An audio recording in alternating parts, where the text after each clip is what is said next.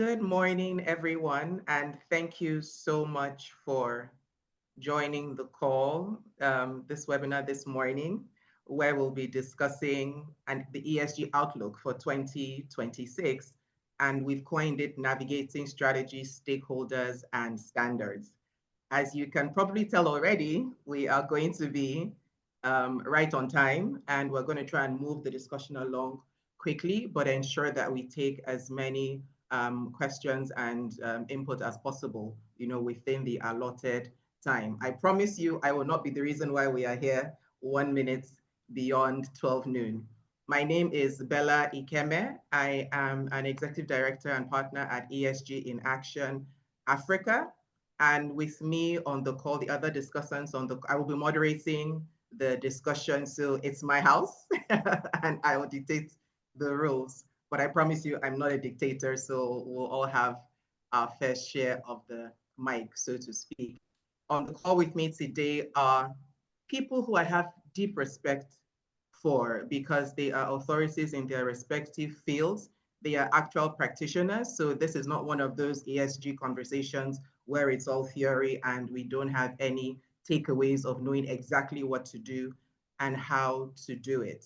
So on the call with me are Ngozi Edozien, the MD of In Vivo Partners, and our managing partner at ESG in Action Africa. She will be giving the opening remarks and just giving context to the entire conversation, because I'm sure you know that there is so much within the ESG conversation, especially with regards to trends, what people should do, who they should be talking to, how they should be setting up, and all of that. So she really give context to the entire conversation because there are over 20 trends from different platforms that we should be looking out for in 2026, but we've decided to focus on the ones we feel are the most relevant for Nigeria and the African continent. Also on the call with me are Toby Adeni of Unilever, Ria Joram of RIM, Tinu Awe of TA Consulting, and Nkem Dinlim Bagel.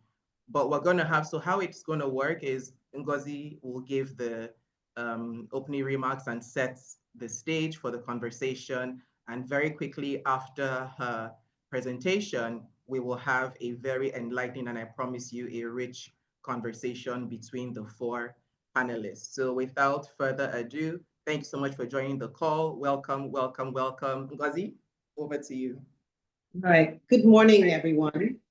I'm glad Bella mentioned that we're focusing with the speakers that are actual practitioners. I don't call myself an ESG expert, but more a board executive that has been given the responsibility of ensuring that my companies and my CEOs stay the course on this ESG journey. So this discussion is very appropriately named Navigating Strategies, Stakeholders, and Standards, because I think that's what we as board members really have to do in giving guidance and working with our teams to push the ESG agenda forward. So what am I talking about today? The outline of this conversation, and we can move on to the next slide, is really what's going on. The world is at a reset, and why this conversation really matters for countries in Africa, and what are the critical trends that we need in order to prepare for in 2026. As Bella said, there are so many. We've focused on a number of them, and there are things that are top of mind as I work with some of the businesses that I am involved in. But most importantly, how do we take that trend and make it a believable strategy? How do we take action, and what's the road ahead of us? So the first point I wanted to make is that yes, and you can move on to slide 4, is that the world is indeed resetting in some way, right? We're resetting the sustainability compass, but I think this presentation and what we have to do needs to be rooted in really 5 key themes. First is that if you are integrating ESG into your strategy, into your core operations and your purpose, you will outperform other companies. Second critical thing is that we have to take it, that march on from voluntary commitment, which is where a lot of companies have been, to regulatory requirement, even more companies are there. But it has to be something that marches towards measurable and desirable accountability for sustainability, for our companies, for the planet, for performance. The third key one to me is that, yes, Trump economics have hit us. And I would say it's not even Trump economics, I'd say it's Trump politics, and politics in general have hit us. And they appear to be threatening and putting ESG under pressure. So you've seen what appears to be a number of companies walking backwards, canceling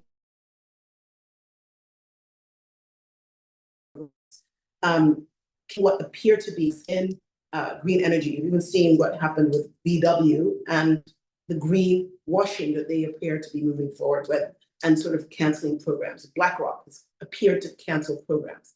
But at the same time, there are people that are moving forward. I work with Imperial Brands. I work with a company called Bank of Africa. And then we have the CEO of Unilever here. They are marching forward, even though some say they have walked backwards, but it's not true. And the reality is that if you actually look at people who have canceled and reduced programs, it's actually only 12%. 75% have either continued or even deepened their investment in ESG. So again, it's the politics, it's the optics, but it's not necessarily the reality. And standardization and compliance will continue to be a focus, and that behooves us to get on that bandwagon as quickly as possible. So lastly, a winning firm makes ESG their business imperative. And because it's a business imperative and it has real performance, they will continue that march to sustainability. There's a study that was done, I believe it was a Reuters study, who showed that, in fact, all the CEOs who have walked backwards, they are all CEOs that have been in place for less than 3 years. Seasoned CEOs and seasoned boards have continued this march. So I think that's the tenet upon which we should look at these 10 trends and the 5 key ones for the continent. Please continue.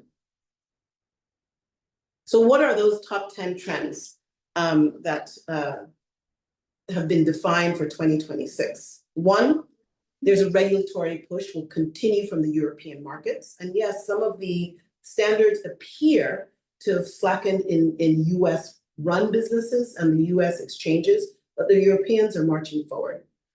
Second one, that's important for us because we look quite a lot to those markets. 2, access for finance remains tied to ESG performance. It's nothing new, it will continue.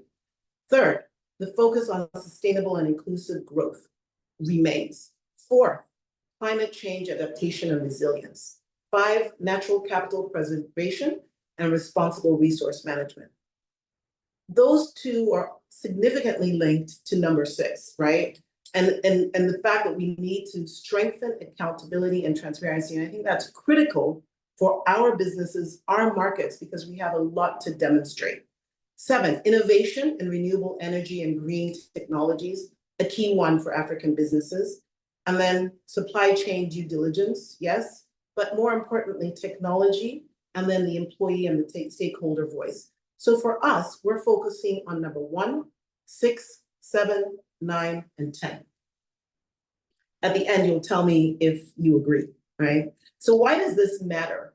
And how do we connect these global shifts to what we see in our reality? I think the first one, and I don't believe that businesses do anything unless it actually brings them to their goals of growth or profits or impact, right? And in Africa, we continue to have a need to scale and institutionalize our businesses if we're going to play on the global stage. I look forward to a future when we have not the names of just an Aliko Dangote, but 20, 30, 40 others like him that global exchanges look to and say that this is actually a critical and institutional and scaled business on this continent. So that continues to be a need that we have.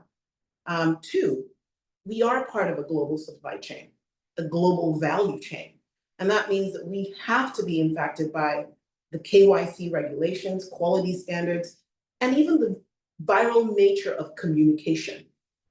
And so the new reporting and trade requirements remain critical for us. We have to be able to demonstrate where we are in that global value chain.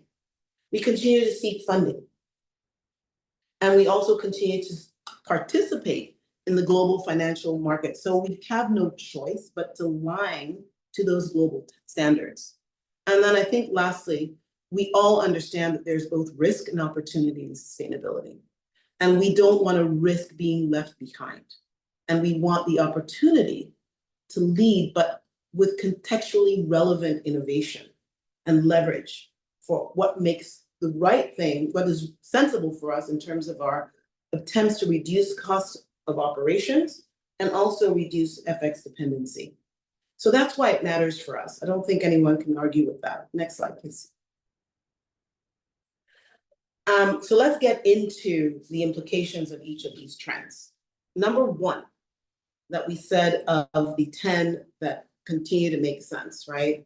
This handshake across continents from Europe to Africa, right? And even the handshake in some ways from the North American continents to Africa. But UK and European regulators are driving standardization. And despite what we report in the pushback, there are a number of policies that the UK exchange has indeed sort of rolled back on, not because belief is any less, but because of the challenges and the cost in actually having companies report against it. And the challenge is one that I look at with a smile, being an African on a UK board, where the disclosures around ethnicity, the disclosures around nationality, and the level of detail that companies were going to have to get into reporting that to show that there was actually real diversity. The challenge came from the fact that many people don't even want to report and say that they are Black, they're white, they're Indian, and collecting the data became impossible. So yes, it appears to be a rollback, but there are some practical issues within that. I think the second thing is that, we will continue with these standards from IFRS and everywhere else. They continue to be a standard, and we are moving forward on that.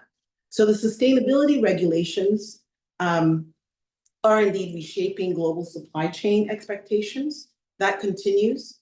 And we as exporters want to align with our disclosures. We want to align and make sure that we have the due diligence processes so that we stay in the game. Part of a challenge to actually reduce FX exposure is to also be an exporter. Part of the challenge to grow, to move from, businesses that are exporting raw materials to businesses that are exporting finished goods, is to be able to play within those standards and to show the due diligence to future importers of our products. Lastly, we need to, and I've spoken just about this, we need to be able to diversify our revenue streams, not just for growth, but also to manage our FX volatility. So that push is important for us, and it's actually necessary, and it's what is going to give us a continued advantage going forward. So if we look at the next slide, and just a sort of a practicality, if you can move forward, please. Next slide, please. Yes. So this is just a quick snapshot of the regulations that continue to be important. And the first one is obviously ISSB, the IFRS S1 and 2, and setting that universal ESG reporting language. That's perhaps the most important one for us to focus on. Obviously, the EU CSRD, yes, it has come under some political challenges, but I think there's a way forward on that. The Corporate Sustainability Due Diligence Directive, the Carbon Border Adjustment Mechanism, and then the EU Deforestation-Free Regulation. And that's key, banning imports of deforestation, linked to deforestation. And that is so important for this continent. And that is so important given the fact that we are known, natural resource exporters. And what we have to do is preserve our resources and actually focus much more on processed output than on raw material output. So the compliance isn't optional, but it's a passport towards a future advantage. IFRS sustainability standards, many are familiar with this. Phase one theoretically ended in 2023 for the early adopters. Phase two are the voluntary adopters. And only a subset of companies are actually getting to full IFRS S1 and S2 aligned disclosures. Some of that has to do with the ability to collect and report on the data, which I know Ria will talk to us about a little bit more. And then there's phase three, the mandatory adoption, which is 2027 for significant private companies, and then 2030 for SMEs. And then phase four, we hope that our government and government organizations will also get there. Toby is here, and Toby is, I believe, and he will correct me if I'm wrong, the only FMCG company in Nigeria has gone forward to actually really make sure that they enter phase two voluntary adopters, and he'll tell us why. So next slide, please. Second key one, strengthening accountability and transparency. Why do I believe this is critical for our businesses? We need to be better run. We need to be better run if we're going to scale. We need to be better run if we're going to really institutionalize. And we need to run better if we're going to play on that global stage. You cannot do that if we don't actually have accountability, if we don't have transparency, because they are really the basic building blocks to help us achieve this goal, particularly the goal of institutionalization. Many of our major companies in Nigeria that are operating in the trillions in some ways are very, very large SMEs, and they're still marching forward on truly creating institutions that will play on the stage of many, many global companies today. We still have that challenge. Secondly, investors, regulators across the world want verifiable, and I love this term, decision useful ESG information that they can trust. So again, that sits on accountability, it sits on transparency. Transparent reporting builds market trust, and it builds access to sustainable capital. So if I look at the next slide, what we're looking at here is what I call sometimes the neglected sphere. I think we've got to give ourselves pats on the back on this continent. We have made significant moves in terms of governance, but we still have a way to go. And that is on a performance, accountability, and responsibility, being on point fully with our financial reporting and our performance management. Many people laugh when I say that on my Imperial Brands board, I have twice as a non-exec, independent, I have twice a year performance appraisal. That am I actually doing my job? And we get scored. And I get a development profile that of things I need to improve on for the next year.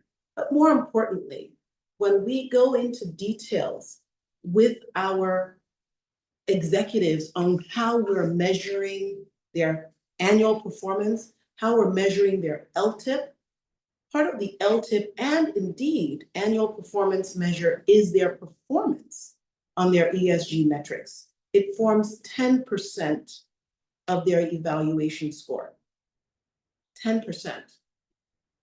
And I think that, the other thing about their performance measures is that it is fully aligned to the things that we want to demonstrate from a performance point of view to our stakeholders, our investors, and even, our employees. So we believe that we're trying to get our governance architecture right to ensure that we're focused on strategy, focused on ESG, and that is moving down in terms of how we evaluate the performance of the business as a whole, but also our executives and also our board committees. And so the architecture that we have, what's the role of the board? What are the right committees, the board diversity, executives, management, the managers, the workforce, and the stakeholders all the way down. And that is confirming the role of the board as the highest governance body in ensuring due diligence, ensuring that our processes, and we've identified the type of lasting impact that we have on our economy and government people. Anti-corruption, I don't want to go into too details, but we have a role in that. The policies, the conduct, internal controls, and really making sure that we are looking at confirmed incidents and taking action.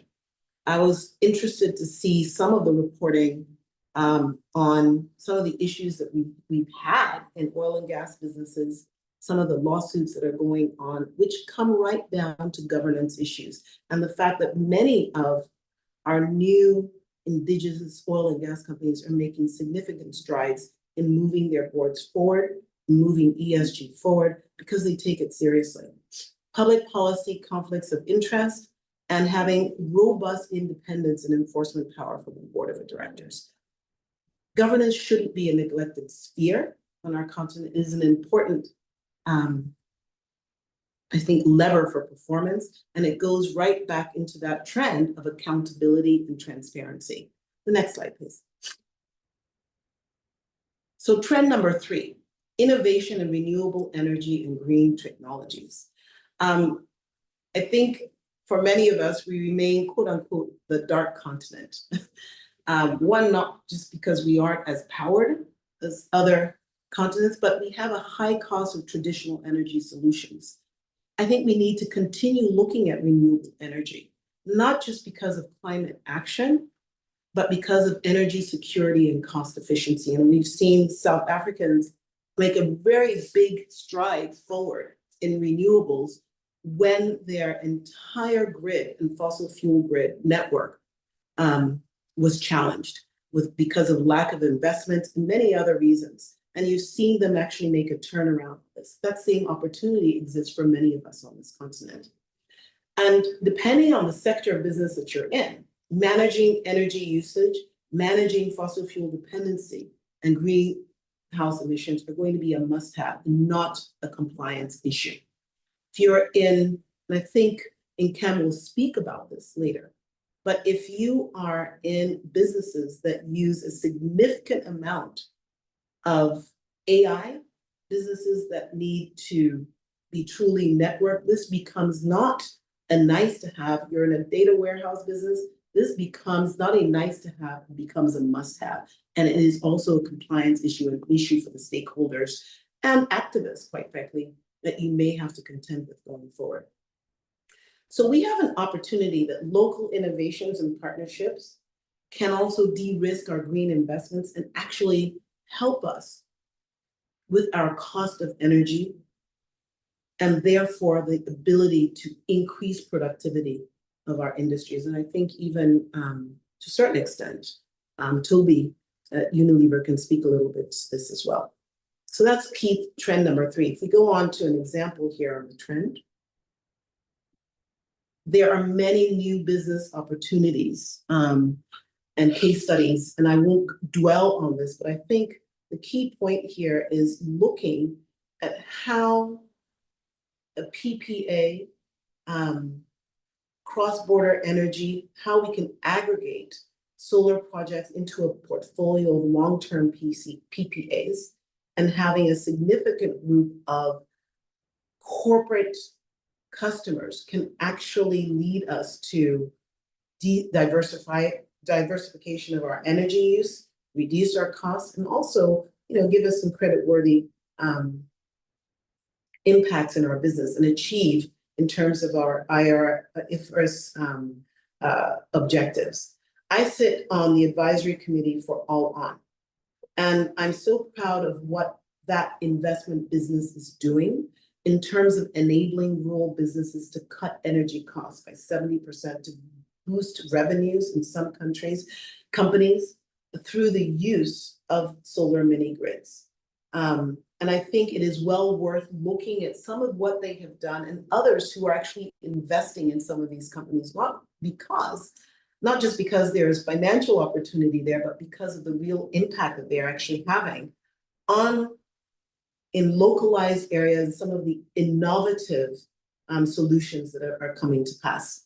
So if I look at another slide, please, next slide. Trend number 4, technology, AI, data, and how it's actually impacting ESG. I think we all understand that there are two sides to this, yeah? And I spoke about this earlier. There's high climate impact, obviously, which is negative. But there's actually a lot of positivity in how it can actually assist us, not just in terms of reporting, transparency, business transparency, but also business efficiency and our ability to enhance productivity. I think we all understand that we live on this continent in, I think, a very talent-strapped world. So how do we actually facilitate AI to assist us in dealing with, yes, some of the routine things that we have been using talent for, take that talent, upskill them to do more impactful work, more high-end work that cannot be done by AI? How do we simplify our businesses? So we can also leverage AI in terms of how we engage with stakeholders. And I have seen some of the innovative things that we are doing, for example, at Imperial Brands, using consumer data, collecting this data to help us in our product innovation journey, testing, simulating consumer reaction to the products, facilitating our marketing drive, because we can actually mine the information, develop campaigns, test campaigns, and discard those that we know will not have impact. So it's reduced our spend in our marketing campaigns hugely, because we're actually using the information to understand the consumer. We're using it to develop our products. Why can't we do the same on this continent where rapid product innovation, particularly in the consumer goods industry, is actually important and drives growth? We can enable AI for smarter talent resourcing, and really moving colleagues around, internal mobility, upskilling. I, in my own business, have leveraged AI tools in terms of actually doing the testing, doing the behavioral analytics to ensure that we're actually trying to get the right type of staff. What is the term that people often use? Making sure that we put round pegs into round holes. And it is actually, I get hundreds of applications for just one job. And we need to be able to cycle through that as quickly as possible so that we can actually find the talent. How many of us are actually leveraging that to improve our HR? And then the digital dashboards, enabling real-time monitoring, enabling stakeholder management, enabling stakeholder engagement. So there's a lot that we can do around that. And I think it is a key trend for us on this continent to master. Number 5. If we move forward, I'm just conscious of time. There are a couple of case studies here. I think at your leisure, it would be helpful to really see what MTN has actually done with their AI and leveraging data, their data management system to support real-time analysis and their reporting to investors and regulators. They've got a really fantastic sustainability report that I think is a very good example for many of us to have a good look at. But it has cut their reporting turnaround time by over 40% and ensured that they're aligning their disclosures, GRI, SASB standards, IFRSB standards. And again, we've all been, and Tinu, I hope you'll speak to us, there's so many standards out there, and there's so many tools that we can use to report. How do we align and make sure that we're ticking the right boxes and the data is cutting across? PalmPay, 30 million users, 1 million SME merchants, and really leveraging digital financial services to actually create inclusiveness and empower excluded populations.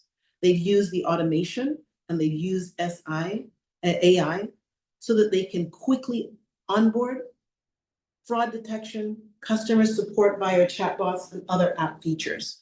And I think we're going to see a number of financial institutions have to move quickly, but AI has really helped the nano banks and the financial services move faster and actually capture customers perhaps faster than many of our traditional banks thought they actually ever would. And let's see how we can actually use that to fully enable our own businesses. So number 5, stakeholder voice. The S pillar is not going away on our continent. We all know that it is not just about CSR, but it actually includes our most critical resource, and that is talent.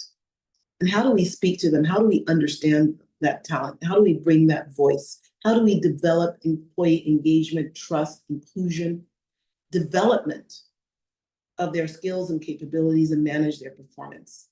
And for those of you who have also implemented policies where you have remote workers, you all know the importance of managing that voice, leveraging data technology to reach them, but to also create a culture and bring them in.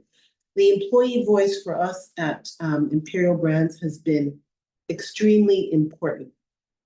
And it has actually created not just product innovation, product development, but in a very difficult industry, it's actually what has also allowed us to ensure that we manage turnover and that we increase the staff's productivity. We need to be able to listen to that because that's a challenge that we are all facing on this continent. Really upskilling and building the voice of the employee. It's a scarce resource and we need to align it to business needs. So it's a business imperative, helps us build purpose-driven businesses, diverse and inclusive businesses. And the employee is our most credible sustainability ambassador. Let's understand how we can actually use them more. Diversity of perspective. I think we have all seen the benefit.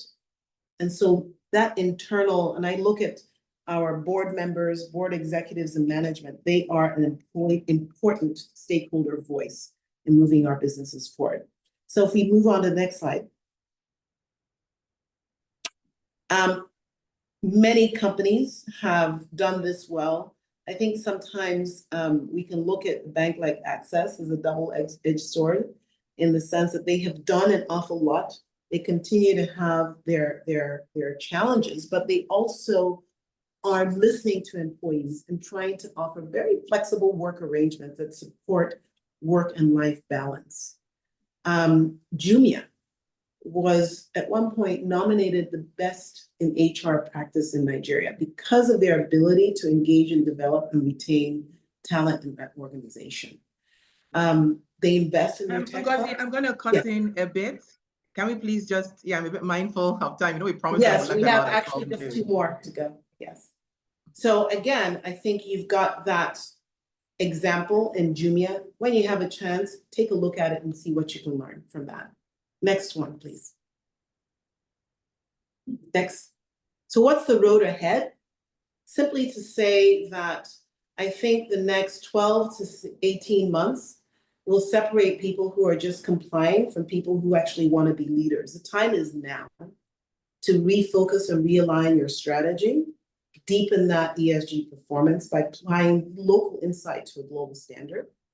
And again, I started off by saying that I really believe in this, and I think the future belongs to companies that prove impact and deliver value sustainably.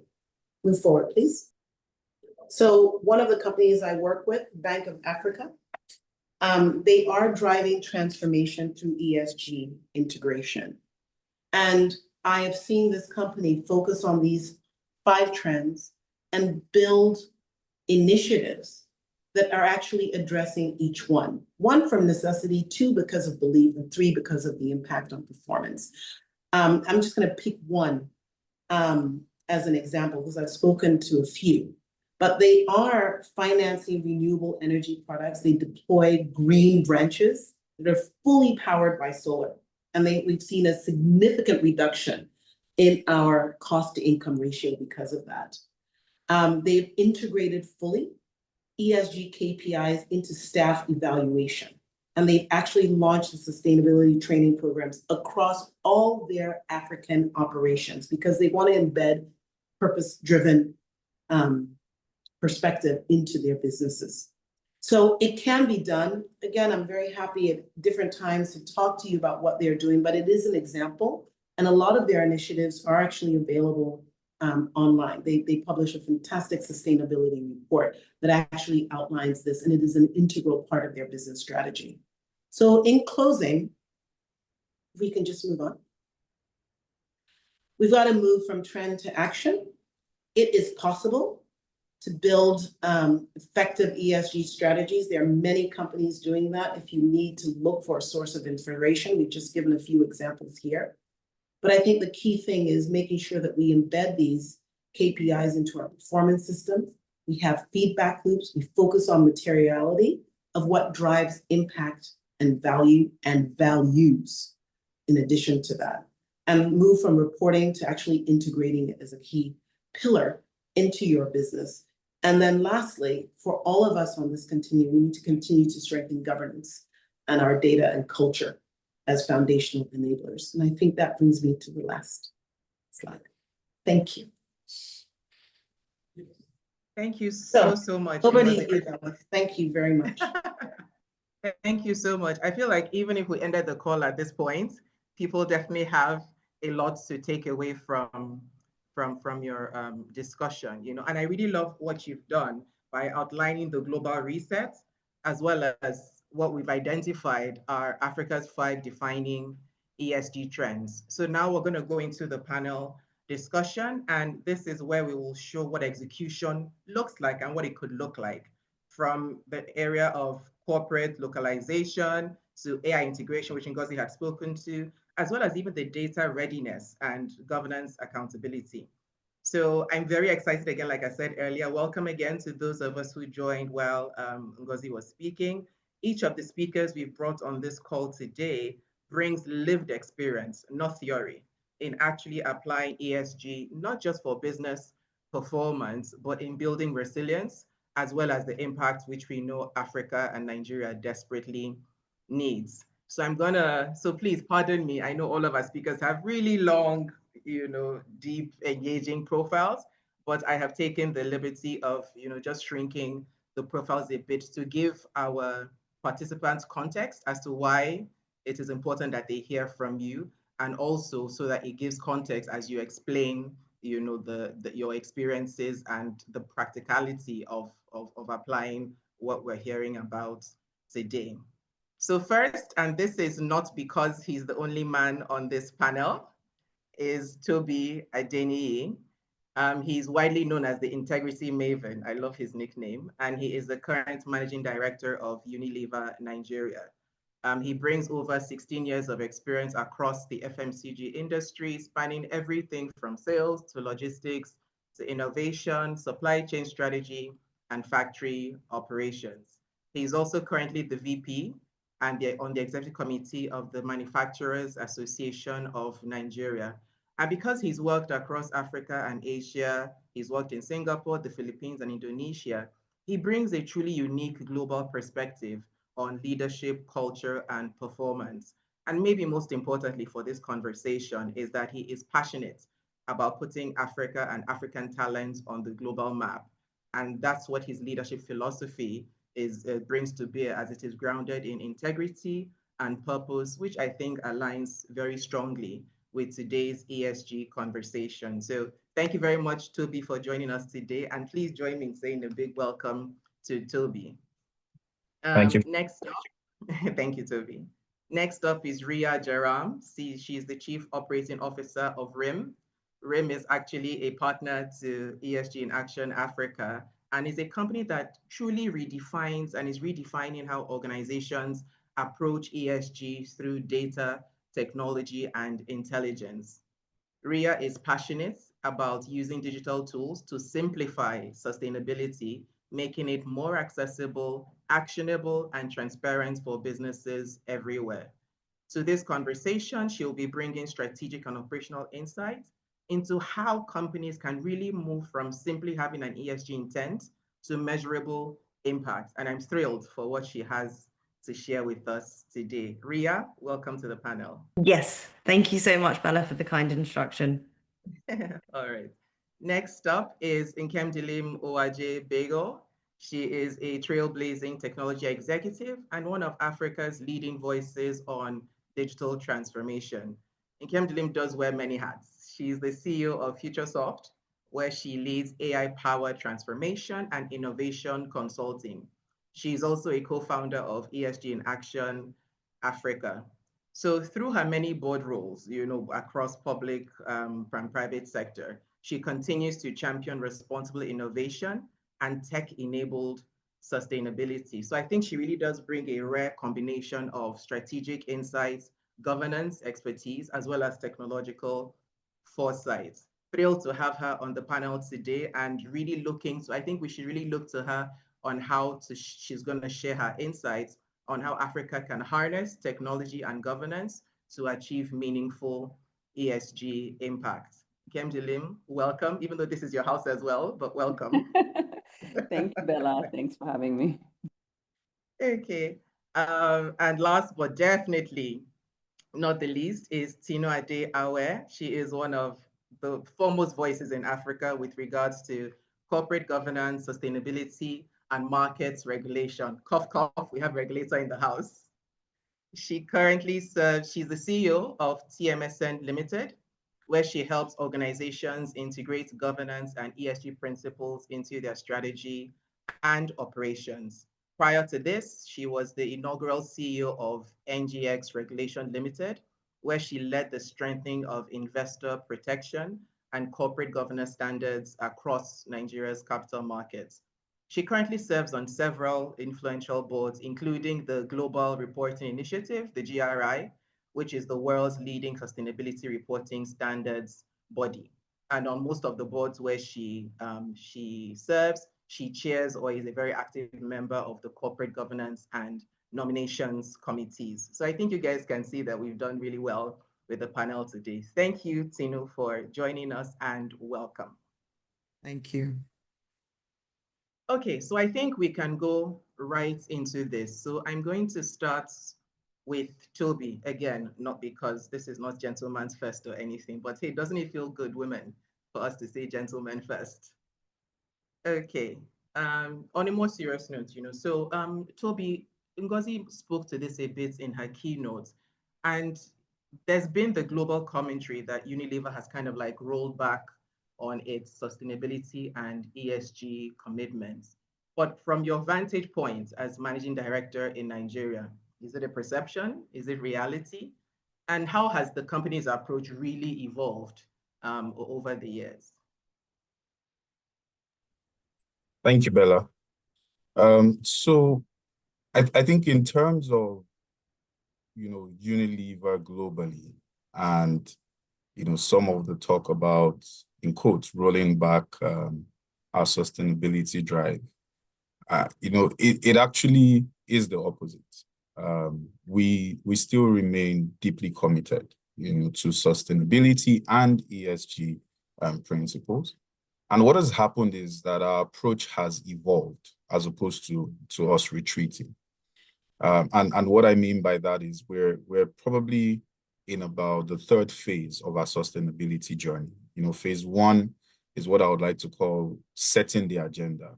And this was probably in the early days when I joined Unilever, when we had the Unilever Sustainability Living Plan. This was a couple of years ago, almost 20 years ago. Was setting the bold agenda, unheard of at the time. And then phase two was incorporating that into the way we operate, which was basically what we had called our compass agenda. And then phase three, which probably started in the last year or so, is now about accelerating delivery, through our current strategy, which basically is about growth action plan until 2030. And it's about being focused, being urgent, and being systemic as well. So whilst we have the global umbrella, our sustainability goals and pillars are basically hinged on climate, nature, plastics, and livelihoods.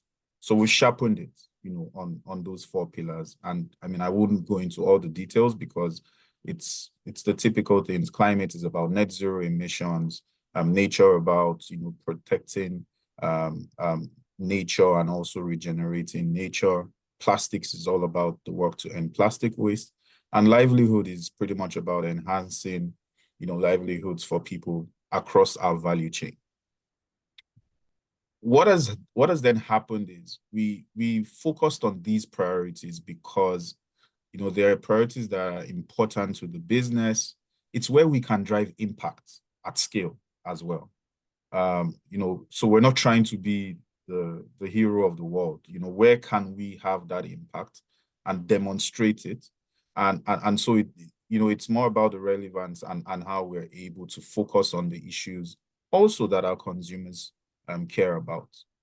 If I bring that home to Nigeria, what we've then seen is how we execute this. You know, we've moved from a one-size-fits-all approach to a bit more agile, localized, you know, framework. And you know, there is the narrative that yes, we're in Africa, we're a bit behind on sustainability journey, but I often tend to disagree in my personal opinion. So if we cast our minds back when growing up, you know, our mothers would use tins of cookies and the rest of it, biscuits, reuse them. Danish butter cookies. You know, blue band pack bowls, reuse it for soup and the rest of it. You know, the message is that nothing goes to waste. So, you know, what we're talking about today is what African wisdom already knew years ago. You know, it's the same principle. Nothing goes to waste. And so what we've then done is, for us in Nigeria, is to have that strategic focus, where we've said we want to focus especially on livelihoods and then also on plastics. And if we talk about, and also in terms of nature as well, through localization. And localization is where essentially we continue to ensure at least 50% of our input materials are sourced locally. So for example, if onion powder is used in producing Knorr cubes, you know, technically we have no business importing that, you know, with the array of agric farms we have, especially in the Northwest on onions, which is a transition we've made, for example. So localization is important. We have a program called Shakti, where we empower. No, Toby, let me stop you right there so that we can come back and really dig into it. Okay. Because I can sense that you're already rushing through because you're mindful of time. Fair So enough. just hold that, but we're going to come back Thank you. to that. Yes. So Ria, you know, you can't talk about ESG and sustainability without really just thinking about the data and how to report, because that is a very important aspect of it. Whether we like it or not, we can't be remiss in not being mindful of that. So Ria, at RIM, you work closely with organizations across different markets. So I'm curious, what is the current state of ESG data availability and quality in African companies? So that's like the first part of my question. What is the current state? If you can just briefly speak to that, you know, so it becomes almost like a reference point for everybody on the call. And then who is really moving the needle and what does good look like in this space? So it's three parts. First of all, what is the current state of ESG data availability and quality in African companies? Who's moving the needle? And what does good currently look like in this space? Definitely. Thank you so much, Bella. Yeah, a few aspects of that question here. And I think just taking the first aspect, if we're looking at data availability and quality to start with, what I'd say is, having worked with a lot of different organizations in different markets, the kind of key takeaway or starting point when we're looking at the availability of data in the African market is that we're not starting from scratch. Okay, it may be lower across the board, but I do really want to emphasize that it's not that there isn't any data available. I think the most important thing to understand is can we apply a different lens? So when we're looking and we're speaking to organizations and we're looking at their operations, we're looking about, you know, how they go about their business. Already a lot of the data or insights that they're working with on a day-to-day can actually be looked at and mapped across to different ESG metrics. And that's always a really good place to start. So, you know, when we're looking at an organization's operations, you know, we can look at things like, are they monitoring their energy output or their fuel usage? You know, are we're looking at things like HR or more that social bucket, you know, are they recording how much they're paying their staff or how they're commuting to work? and obviously other kind of wider things as well, like CSR initiatives, or is there training available? So that's always a really good starting point. So when we start to work with organizations, especially in Nigeria and across the continent, we always like to look and understand, what their operations are, and they're always surprised to realize that they're already ahead of where they think they are in terms of that journey. And then we use that as a baseline to continue to build on that as well. So I think that's always a really good starting point. And in terms of the quality, I think this is really tied to the systems that a company has in place. So when we look to establish clear systems and robust systems, that very easily, can lead to an improvement in quality across the board. And I know we'll touch on systems and data and stuff like that shortly as well. But I think what's really empowering to understand as well from the organizations we worked with across the continent is really a strong intent and willingness to engage in the process. And I think that is crucial when we're looking at data availability and data quality too. Just quickly touching on the other 2 points as well, I know we're conscious of time. When we're looking at who's really moving the needle here, what I would say as well is, obviously I know something Ngozi touched on really well in her opening remarks, was about this IFRS early adopters. And for us at RIM, that's really something we can see across a lot of the larger clients we're working with. So not only are we looking at who is already setting the scene, a great example that Ngozi highlighted was the MTN report that's been published. And that is a great example to work with. And I think looking at examples of those early adopters and also starting that conversation to the larger organizations, has a really big impact in shifting that needle and have that trickle down effect into the smaller organizations. But what I will also say as well is the thing that we must not forget is the size and the impact that smaller organizations and SMEs can have when we look at the totality of the impact of them adopting and engaging with the ESG process as well. So I think your last question about what does good look like is a bit of a tricky one, but I think, and I say that because, as Toby kind of mentioned, there's no one size fits all.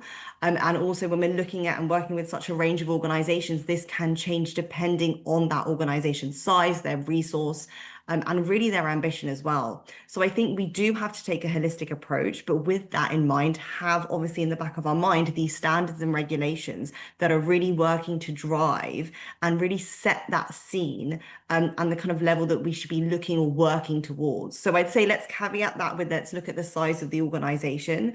But really, I think the important thing is let's look at how ambitious we can be and really, utilize and harness the existing data, existing operations to help companies really kind of get going and build traction with their sustainability journey. Excellent, excellent, excellent. Thank you so much, Ria. So Nkem, the next question is for you. I mean, Ria has kind of like really painted a picture of what is currently happening. But as you well know, as we collect more data, the systems that processes have their own footprint, and then there's the change management and all of that needs to happen within organizations. So this is not, AI is not your first rodeo, right, with regards to technology advancements and how it changes things within organizations. From leading digital transformation, from your experience leading digital transformation, how could AI and data analytics help organizations move from insight to action? So like Ngozi mentioned in her opening remarks, how you can literally turn this data into tangible business value. And I guess Ngozi already gave us the one of recruitment, so please don't use that in your response. All right. Thanks so much. And yeah, I mean, Ria has really, sort of laid my foundation. And, I just want to also sort of reiterate, there isn't really a lack of data, right? I think it's really more of a lack of insights. And that's where you need the analytics and you need the systems to actually convert data into insights, right? And when we look at, sort of AI-powered analytics, we're seeing a lot of organizations that are, sort of taking data that is quite fragmented and turning that into insights that can actually influence business outcomes, right? So we're seeing that across supply chain, we're seeing that in operations, even stakeholder engagement, right? The smarter you are and the more insights you have about your operations, about your supply chain, about what's really happening with stakeholder engagement, the better, your leadership can also adapt and address some of these, challenges that you may face. And when you then also link this insights to actual KPIs that you have for your business, then ESG really stops being a reporting exercise and becomes a value driver for your business, right? And I think that's really what, my message, my main message today is that with AI and with data and just generally technology and infusing that and layering that on top of what you're doing as organizations across ESG and sustainability, that allows you to really unlock the business value that, all of this can bring, right? So you go from following a standard and just simply reporting to actually understanding what is happening within my business and how do I create bigger value from what I already have, right? And I think in terms of, some of the examples that we're seeing, you have companies like Palantir that work with BP, and they have used AI and analytics, not just across, not just for ESG and sustainability, but across the entire business, right? And when you then look at the fact that Palantir invested $1 billion into BP almost 10 years ago when they started this journey, and that they've signed an exclusivity, which they've now renewed for another 10 years, you understand the value of this, right? And you understand as well when you sort of follow that journey of Palantir just signing a deal with NVIDIA and shares, of both companies skyrocketing, you see that this is not for kids. It's the future and it's really where everybody's going. And the value that BP has really been able to gain is that they have these dashboards where they've mapped every single point in their operations, right? They've created digital twins as well. So they can understand if I shut down water in this facility, what will happen, right?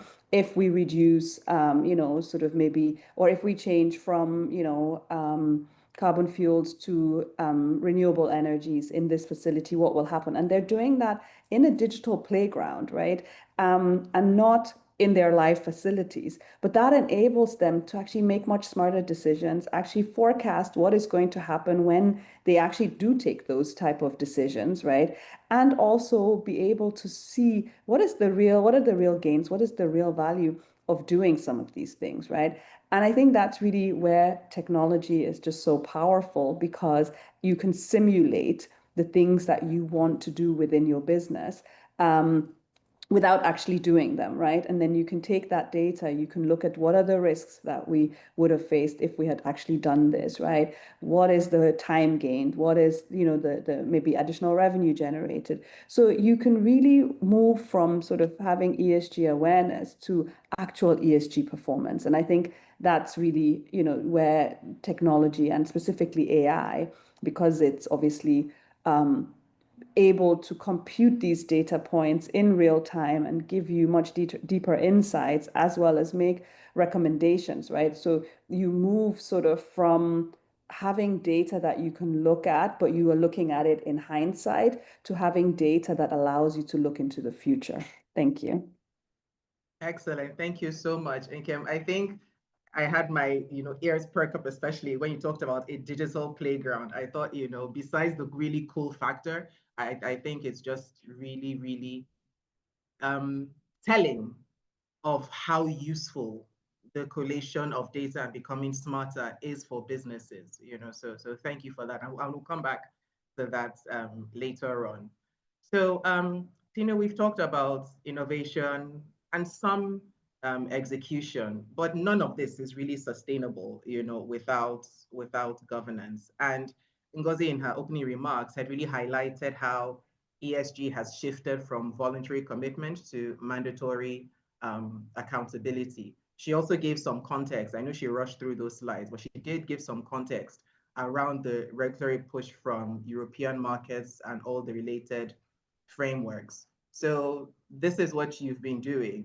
How can African companies practically prepare to align with these ever-evolving standards? Thank you very much, Bella. So I think that it's very important that African companies realize that when they are entering into this whole field of sustainability, they're telling their own story. So we might be using foreign or global standards, but it's for you to tell your story. And in order to be able to tell your story, I think as Nkem said, and Ria, you need to understand, you need to localize, you need to contextualize your own story and then be able to tell it using the standards. And in order to do that, I think one of the most important things is to actually figure out who your stakeholders are and what they want to hear from a sustainability perspective, which means digging deep into your value chain from upstream to downstream of your value chain, and every entity, whether it's a natural individuals such as communities in which you work, or artificial persons such as investors sitting in Venezuela that are interested in investing in your business. Okay, so that contextualization, and that takes a strategy. So you do have to have a strategy. In order to have a strategy, you have to have good governance. And so I always say, is strategy before the governance, or is governance before the strategy? And I answer it by saying, I think the governance comes first. And so, do you have all the governance in place in your company to be able to develop that strategy that takes all your stakeholders into consideration? And how is that governance actually going to work in effect? Do you have a board?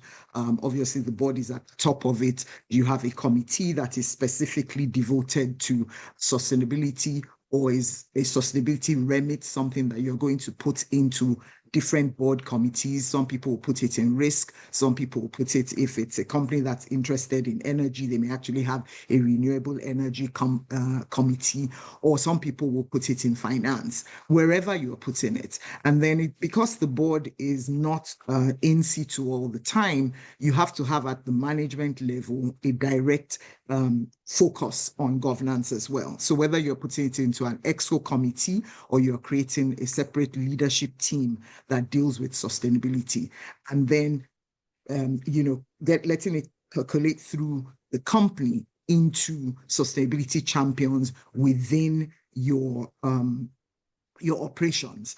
And I always say, starting with sustainability champions, but there has to be a process of osmosis that then gets it into the KPIs of everybody, and it becomes what is done naturally. Now, there are certain things that I've described: governance, strategy, the people, but it costs money. And I think one of the things that companies need to realize is they need to have a budget for it. That's always a difficult conversation, because ESG is not something that you necessarily see quarter on quarter. It's not necessarily what you're going to see in your cash flows immediately, or what you're going to see immediately in your quarterly financials.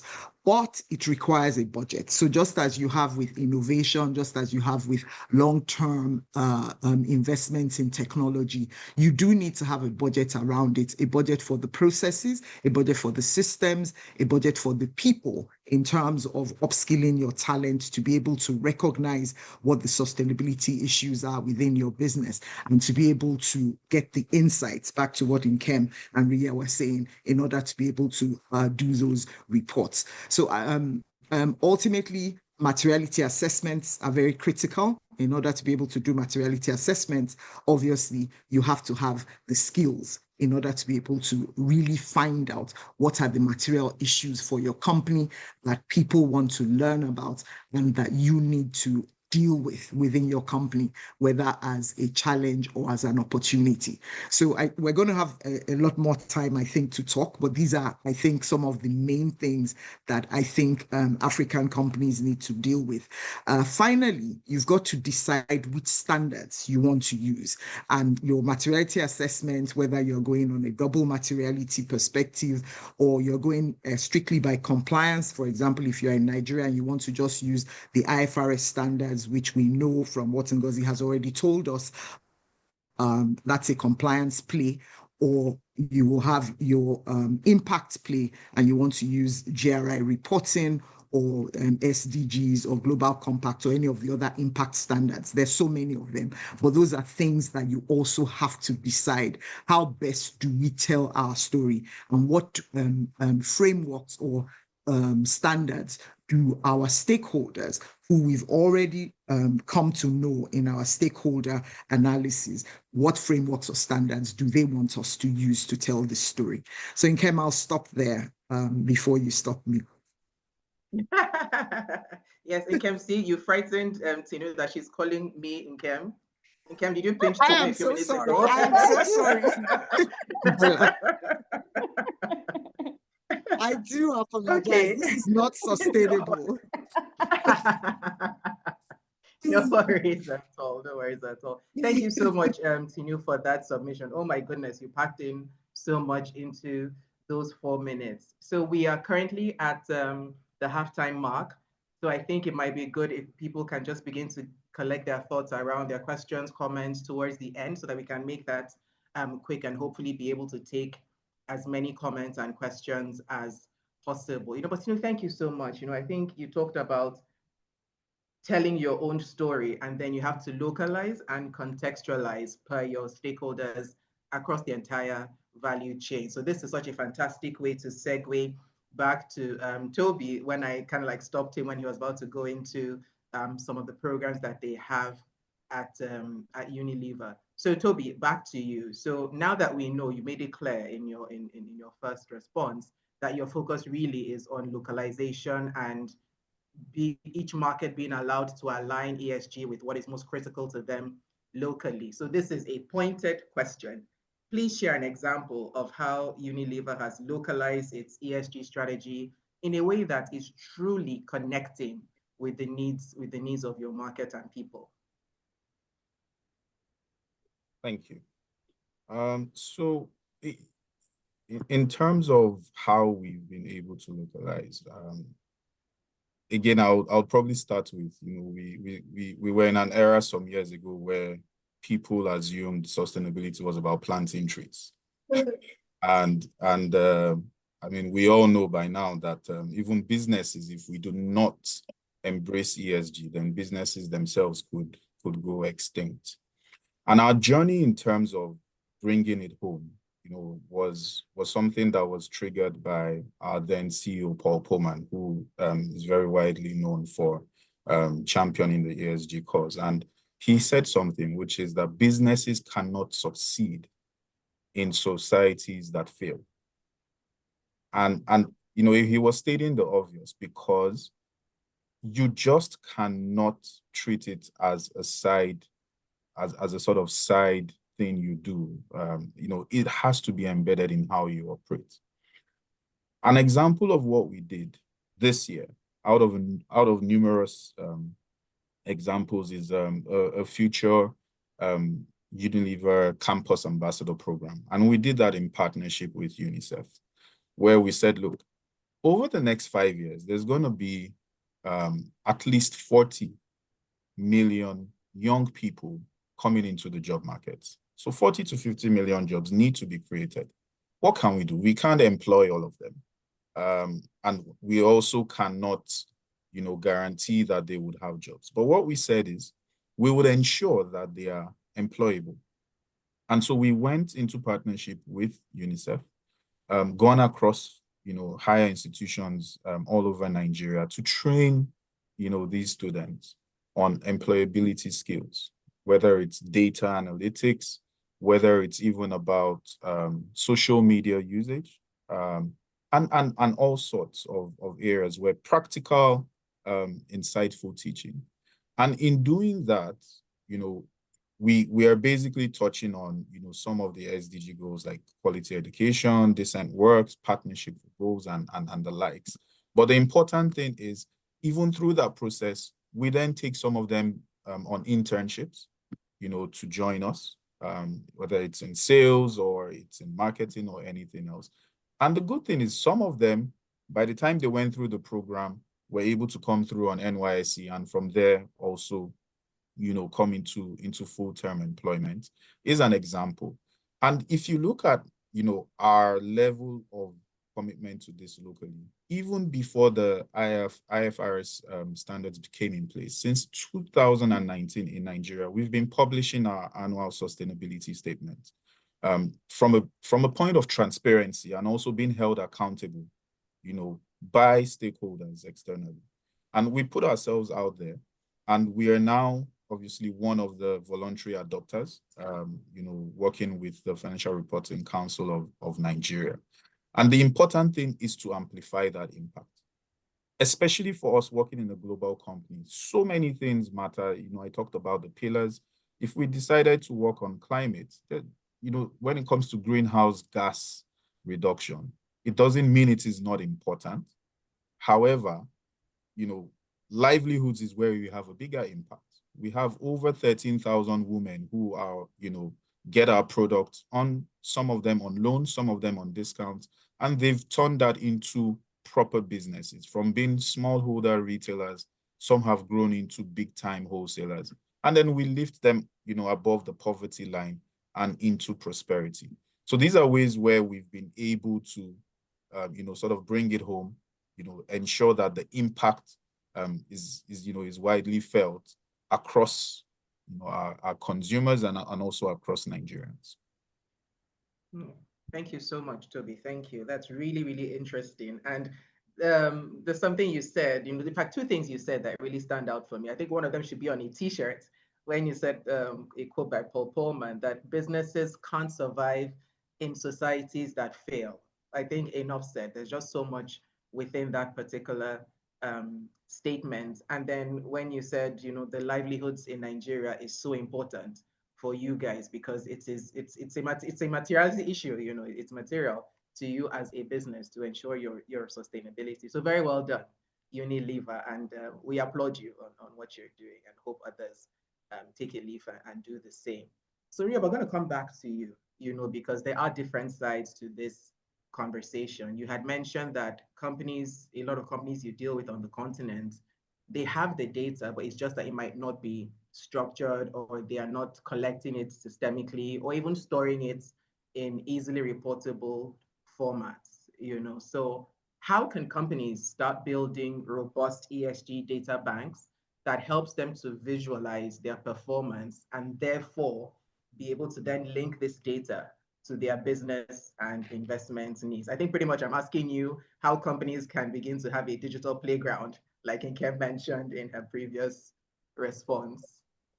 Definitely. And I think also Nkem will have a lot of relevant experience, given obviously her different roles and experience with AI as we also work with at RIM. So I'll try not to have too much of an overlap because I know she's going to add a lot of insights there. But I think really when it comes to building that digital, or creating that digital playground, as we'd like to say here, is let's really build off what Tina was saying about governance. And I think that's really at the core. I know Ngozi mentioned that in her opening remarks as well. And I think that's really the core where we need to look to start when we're thinking about beginning the process of building a digital playground, or what I like to call our central data repository, because that's really where it all needs to start. So of course, we've touched on how do we identify what data, what does it look like, what are we working with? And then really what we're now looking to understand is how companies can take steps to shape that into a system. So really there are kind of few key points that we need to look at when we're looking at how do we go about building a central data repository. The first kind of key pillar is who. So when we're looking at governance, we're looking at that. Who is responsible for taking the lead or ownership over building those systems in place? And usually, obviously, it kind of helps if it comes from, top up. So we're looking at even if the initiative comes from the board itself, but really who is the nominated individuals responsible within an organization or a team. The more people we involve, always the better. It kind of helps build the ethos and the understanding of sustainability across an organization. But we also see things like improving the accuracy of the data being collected. Is there, a set of team members who collect or work with that data, which is great to get them involved. And then can we get another set of individuals to validate that? And that's something we're quite keen on and we encourage with the organizations we work with again. We then need to, once we've looked at the who, we need to look at maybe the how. So how are we going about kind of creating that repository? How are these metrics being collected? Yes, for those smaller kind of, I would say organizations at the infancy of their stage, a lot of the time we can see simple, free, easy tools to use, such as, Excel, Google Sheets. And, a lot of the other kind of global organizations, such as GRI or the UN Global Compact, as Tina kind of alluded to earlier, they do also have downloadable templates. So what I'd say is those really starting out, those smaller organizations, there are resources available. But as we start to build up, what is also really crucial is having a system that works for your organization again. So working to understand the needs, the operations, and then kind of establishing or looking to invest, in systems that can really bring up to speed that data repository. So looking at organizing that data using companies that have digital platforms and tools, AI, as Nkem's kind of alluded to, can help increase your understanding and the insights and be able to work with that data, which then if we're looking at that cycle, the more we collect data, we understand it, it can really feed back into our decision making and our strategy more easily. And so I think it's a really important takeaway when we're looking at the how and the systems is that investment is crucial. And it is a long-term investment, but I think that's also a really important message for everyone to take away in terms of the return that you do see on investing in sustainable systems and sustainability as a core business function within these businesses. And then finally, when we're looking again, so we've covered kind of the who and the how, the final kind of piece to that is the what. So when we're looking at collecting data, and we've touched on this before, yes, there's data available. Yes, let's look at what's already in the sphere of what we're collecting in terms of operations and CSR and those kind of initiatives or, data metrics around staff.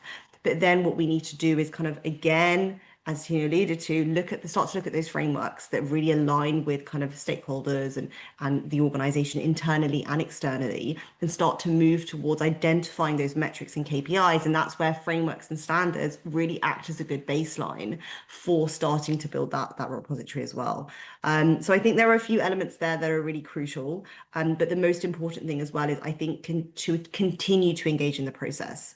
So establish a system for feedback, work to understand what's working, what's not working, how can we continue to improve, not only in the quality, but the breadth of what we're looking at, and really strengthen the process to feed the data and establishing that data into strategy and business insights. Excellent, excellent, excellent. Thank you so much, Ria. So in building a central data repository, the who, the how, the what, and then the continuous engagement loop to reiterate and, like Tinu and pretty much everybody has said, continue to contextualize to be able to localize. So amazing, amazing. So Nkem, Ria, in fact, I love you all. You're just making my job so much easier. So Ria had alluded to, of course, the budget. Tinu spoke about it as well. I mean, the kind of work Unilever is doing with their partnership with UNICEF, the scale sounds broad and therefore could be expensive. So there is that fear, Nkem, this question is for you. There is that fear that, digitalization and ESG are luxuries for smaller firms, but what practical first steps could organizations take to integrate digital tools into their ESG journey without necessarily overhauling their systems? All right. So I think there's sort of like a misconception that you need these sort of massive infrastructure and, high levels of technology investments in order to get started. And I think really what needs to shift in smaller companies is the mindset. And I saw this video and there was a man and he teaches some kind of course, and he says he always asks the people in his course, how possible is it for you to make $1 million before the end of the year?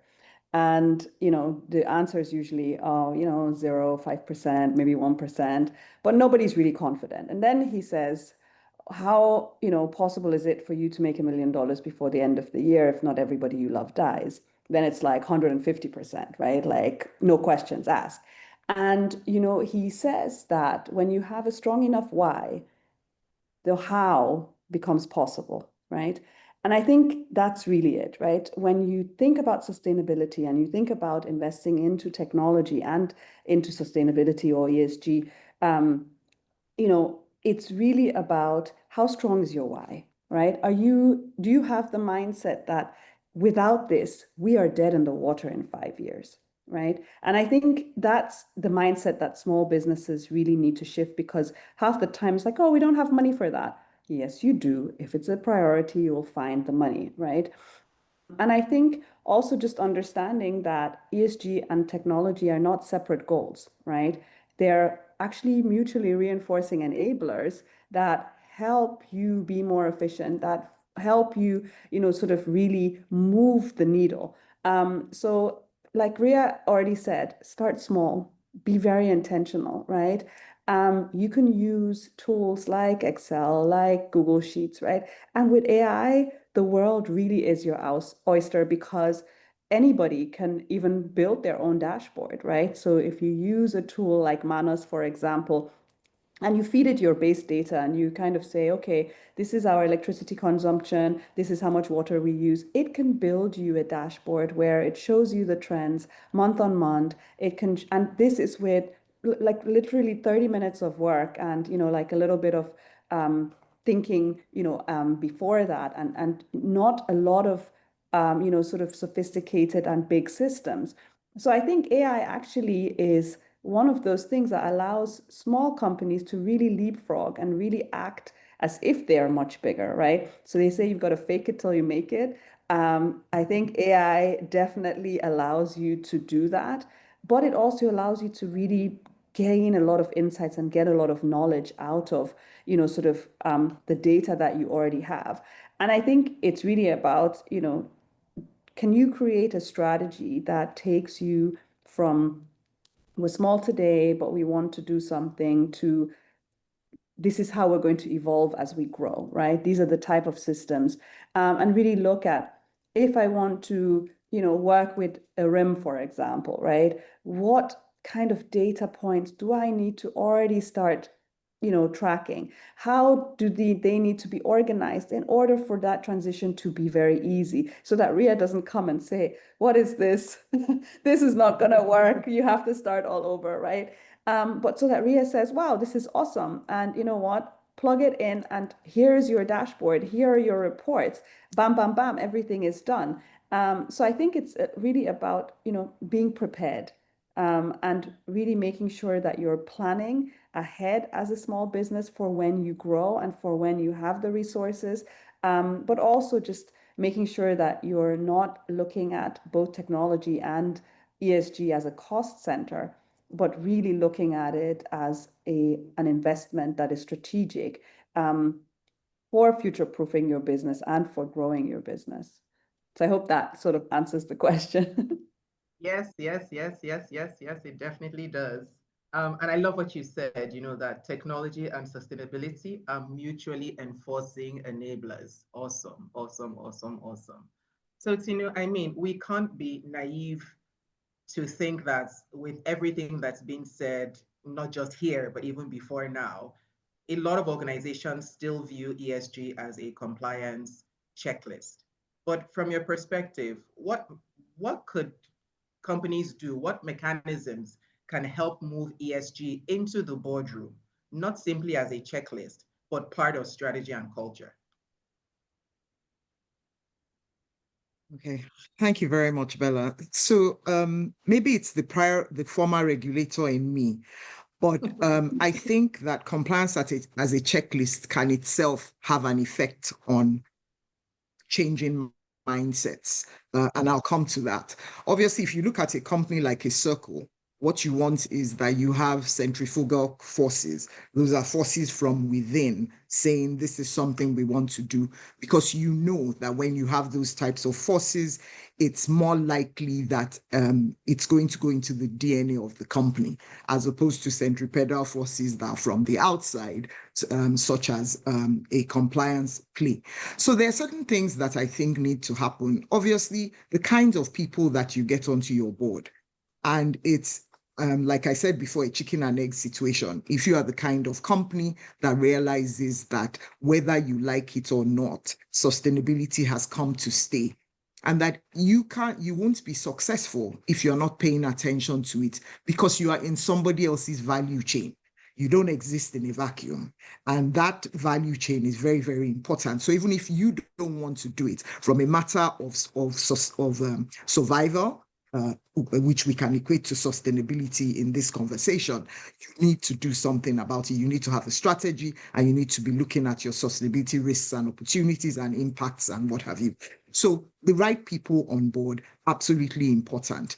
And they will then drive that, because we've talked about governance. We've talked about the board being responsible for strategy, the board being responsible for setting executive KPIs, the board being responsible for policy, and the board being responsible for setting also the milestones within the local regulatory and legal context. I think once you have a board like that, then that board needs to then be looking at building capabilities. So again, as I had said before, ESG is not necessary. ESG skills are not described as ESG skills. It's just something that I think, as Rima said, the repurposing of skills that people have and asking them to add other skills. So you need to pay attention to ensuring that you get the capabilities on board. I think and so once you have the capabilities on board within the company, it's something that bubbles out. Now, you also have to do a lot of training and awareness. And they can be very simple things like, in Kem and Rima, and I know will agree with me on this, before you can switch on your computer, you need to answer a quiz. And that quiz is an ESG, something about ESG localized to your company. That begins to change people's mindsets. The CEO has a town hall, you're talking about ESG issues. You're not only talking about the financial numbers, but you're talking about things to do with ESG. I think setting metrics and targets within the context of your strategy, also absolutely important. Now, sometimes metrics and targets will be set for you from outside, which is why I said we shouldn't ignore the outside. So if you're in the oil and gas industry, you already know that under the Petroleum Industry Act, you need to reduce methane by by a certain percentage, I think is 65% by 2031. You need to stop gas flaring, or at least reduce gas flaring by 2030. We have the carbon border adjustment mechanism. If you're exporting to Europe, you know that you need to start thinking about the carbon in your products. So those outside forces also help to reinforce if you are determined to do your business in a legal and properly regulated way. Then I think the other things are around your incentives and KPIs. Your incentives and KPIs, totally important. You cannot have executives having LTIPs, having ESOPs, having short-term return, short-term benefits, and there are no attached KPIs around sustainability issues. And then that will dovetail down into the rest of the company. Finally, monitoring and measuring ESG performance, very, very important. So your gap analysis, which by the way is one of the things that the very first things that the FRC is asking companies to produce if they want to produce sustainability reports under the IFRS standards. I think that gap analysis is very important because it helps you to see the gap, and you can use that regulatorily required tool to create measures and how you will monitor that you have moved from point A to point B. That helps again to bring sustainability into the DNA of the company. So there's a mixture of things, some of which we've already spoken about. And, I just thought that I would bring these ones up. Very critical to embedding sustainability within the company and changing the mindset from one that is compliance and box ticking.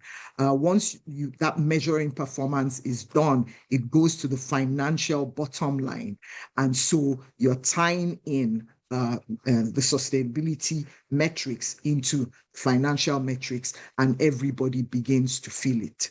Thank you. Thank you so much, Tinu. And yes, I can confirm that it is the regulator in you that spoke to compliance in that manner. But I think something that is really great about what you've just done, in your response is, yes, compliance is important.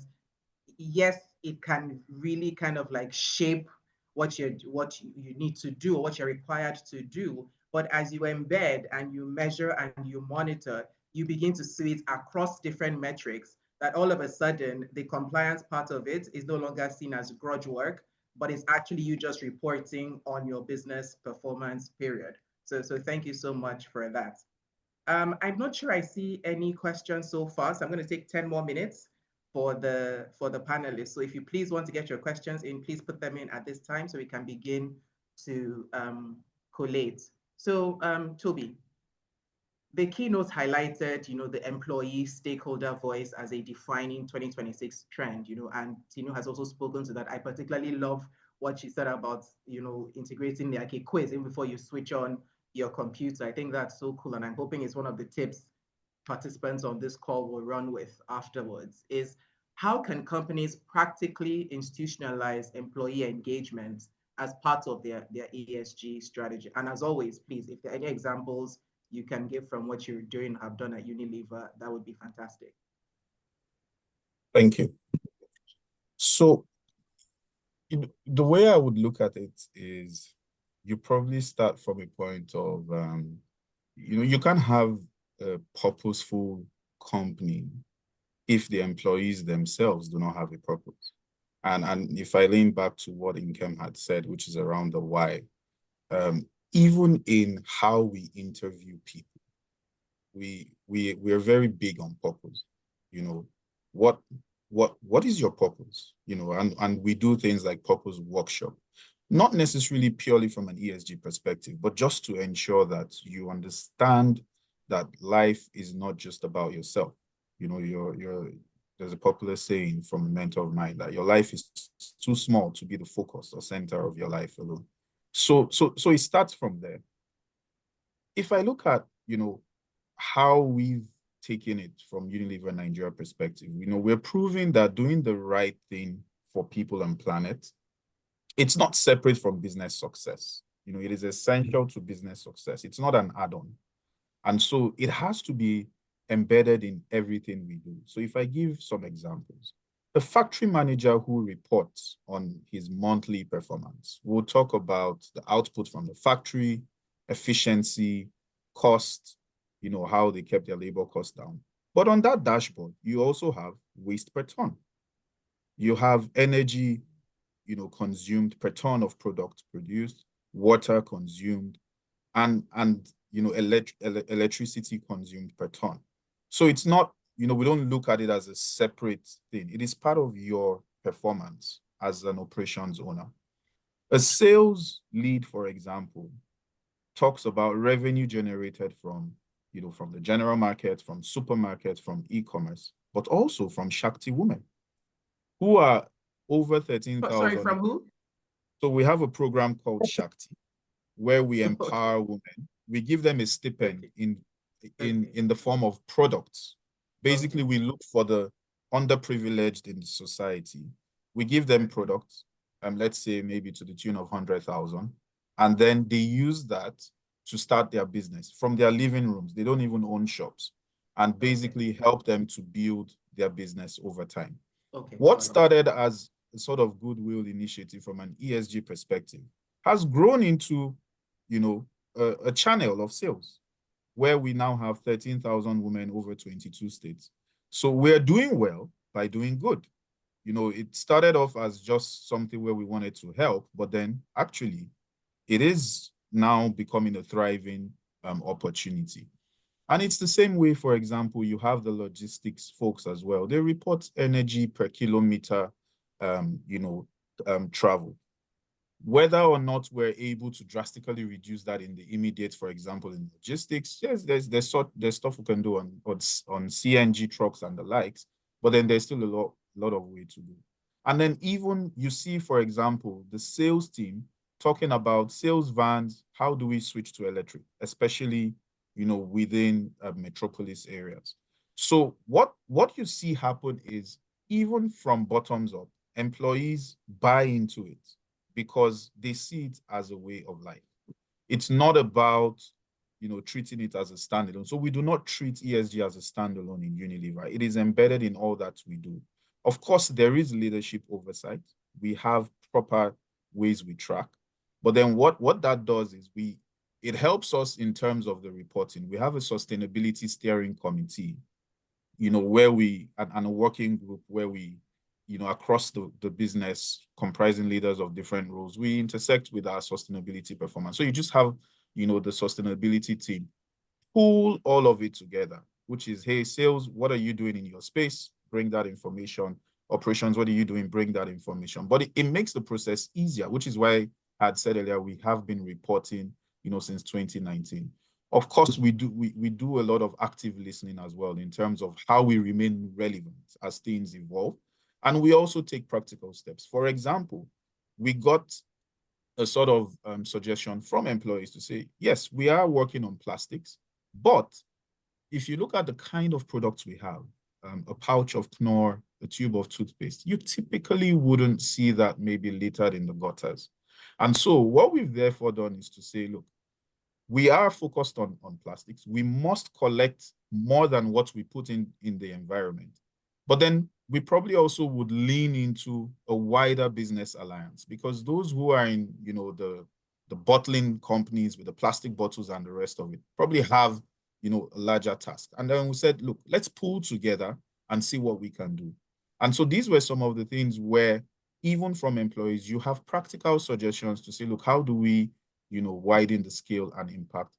And of course, we continue to work on capacity development, helping employees remain modern in how we handle some of these aspects.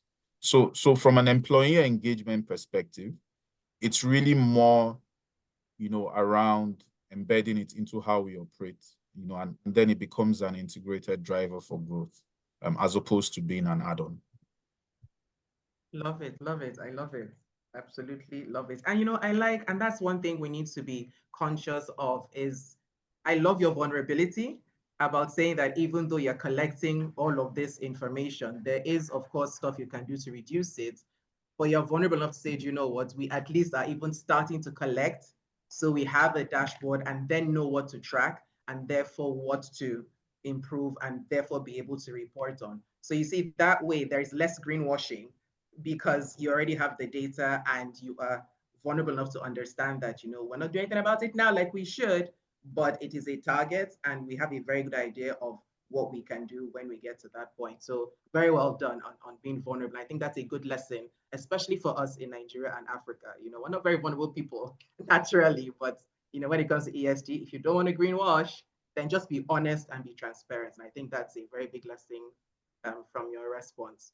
So we are going to take it back to Ria, and I think we're getting to the end of the conversation. So let's get even more practical.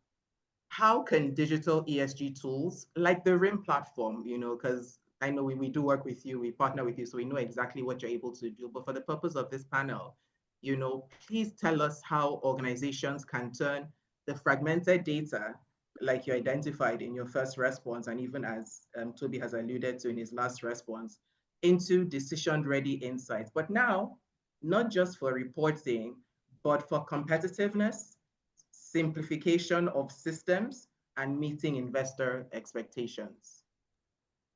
It's a great question, Bella. Thank you so much. And I think it really does tie in kind of what we've discussed into those practical steps. And to begin with, I think a really important distinction to make as we're, discussing what the difference between, or how do we move away from simply reporting to more strategy and I would say widening the conversation around ESG. And I think a really important remark that was made earlier, but I know you mentioned it, and Tina, you mentioned it as well, about it's a very similar analogy between when we're looking at compliance, how do we move it away from just ticking a box? And I think it's the same approach that should be taken when we're looking at reporting. We're moving away from box ticking. It's not just I'm doing this exercise so I can publish a report. It's the report should be a tangible outcome of engaging in the ESG process itself. And I think once we have that shift in mindset as well, I think that really does kind of speak volumes to how we can continue to engage and grow on the ESG and sustainability journey. Albeit, again, coming back to that chicken and egg, sometimes engaging in a report process or a compliance process can be a really good way to start and get everyone to be engaged in that conversation as well. So I think that is something that should really be at the center and the core of the conversations as well. Because from that, Bella, what we'll see as well is, again, how do we engage with those stakeholders? So as we're looking to as well use digital tools to really help the processes, when we've touched on things earlier in conversations around cost or time, or how do we, empower, upskill our workforce and our talent to be engaged in the process, this is really where digital tools can come in. And we've seen firsthand at RIM how this can not only make the process more efficient, but more engaging as well. So for example, when we look at organizations, sometimes if they're not fortunate enough yet, or they're early on, they don't have an established sustainability committee, it may be a task that is given to people on top of their day-to-day roles. So by engaging and using a lot of AI and tools, what we can do is try and streamline the process. And as well, something Ngozi mentioned about the talent and, upskilling people, but also using AI to do some of what we call the mundane manual work, using some of the tools that we've developed. It means that the staff are engaged and it can be engaged in more, fruitful tasks, or, instead of them collecting line by line, point by point data, let's use an AI tool to do that, upload documents, read it. Can the workforce and staff be, using that time to engage in sustainability training, or, looking and analyzing that data to feed that back into decision making to do with the operations and how the organization is run as well. So I think those are some of the crucial pillars that we need to be thinking about, when it comes to embedding sustainability within organizations, moving it away from just reporting. And then on top of that, as well as how we can utilize technology, digital tools, and AI to really shift that focus around sustainability, and also encourage everyone as part of the organization to engage with it as a topic. Excellent, excellent. Thank you so much, Ria. I think that has been really, really, really helpful. And I'm telling you, guys are just such a brilliant panel, because that helps me, go into the next question, which is for Nkem. And guys, I see some questions coming in. So we had asked people when they registered for the event to drop in some questions. So we're going to be taking some of those. But if there are any that are here and now, we'll take those first, because you guys are on the call. And then also, we think this is such an amazing conversation. Please use the hashtag ESG Outlook 2026 to just post about your thoughts and just what you've learned from this session. So Nkem, back to you. Technology is also a consumer, right, of some of the metrics we want to be tracking. So as you begin to integrate tools, as you begin to engage technology vendors like RIM, how do you then hold these vendors accountable, if you can? So if and how can you hold these technology vendors accountable for the environmental impact of the systems that you use, or even just ensure that your AI-driven efficiencies don't quietly expand your carbon footprint? Yeah, I mean, this is a good question and a really big concern globally, right? And when you look at, the US and China, you start seeing that it's not a technology war. It's really, who has the better, more sustainable power, right? And who can power at a really large scale, right? And so far, I think a lot of the innovation around sustainable solutions is coming, out of China. Which is, very, very interesting to just see how they are, really powering massive, massive data centers, that use, that are built for AI, right? And I think the first step really is the awareness. Business owners need to understand that by using AI, you are automatically, indirectly consuming more power, right? You have companies like Meta who are building data centers the size of Manhattan, right? Just let that sink in, right? And I think, and not just one, right? And this is one company. So big tech in general, they are building data centers across, different regions that are focused on, AI or running AI models and in AI infrastructure. And these data centers are, significantly bigger than, the data centers that we've seen in the past, significantly more, have higher energy consumptions, which means that you automatically become a also consumer of more energy, right? So I think that awareness is the first step. I think the second step is to really look at, Toby said something, we disclose because we want to be transparent, not because we actually have to, right? Or we didn't have to in the past. And I think that's really important to really look at who are the, cloud providers, who are the data center providers, who are the solution providers, and what are their disclosures like, right? What are their commitments to the environment, their commitments to sustainability? What are they doing to, also offset their carbon footprint that you then automatically sort of take on, right? And really looking at, those type of things. So I think it's also a policy question, right? So what is your policy for onboarding technology providers or engaging, technology providers from a procurement perspective, right? You should have policies in place that say, don't only look at, sort of, I guess, the track record and, all the different solutions and functionalities that the provider brings, but also look at their sustainability footprint, right? And specifically look at the energy usage and the type of energy that they're consuming, right? I think that's the only way that going forward, as a collective, we'll also be able to hold providers of these big infrastructure services accountable, right? By making sure that, we demand for that transparency. So I think that's really important. And then just internally really monitoring your digital footprint. So that includes, sort of what is your data governance model, right? How ethical are you in the use of the AI that you're using, right? So I think it doesn't only touch on the environmental factor, but also on, what happens to your employees in, as you bring in this new technology, right? So that's a big part of the S, right? So you need to ask yourself questions beyond just the, energy consumption. I think it goes across really the E, the S, and the G. And I think that's, really where these standards and frameworks and, Tinu said, governance before strategy, right? And I really believe in that as well. I think if you don't have the structures, then whatever strategy you're bringing is going to fail because you haven't actually built the structures to support that strategy, right? And I think it's the same thing with this, right? Having that awareness, and it starts at board level, right? How many board members really understand or know how, the impact of AI in their organization, not just from an efficiency perspective, right? Because we talk about that a lot, right? But what is your AI manifesto in terms of human beings and displacing humans?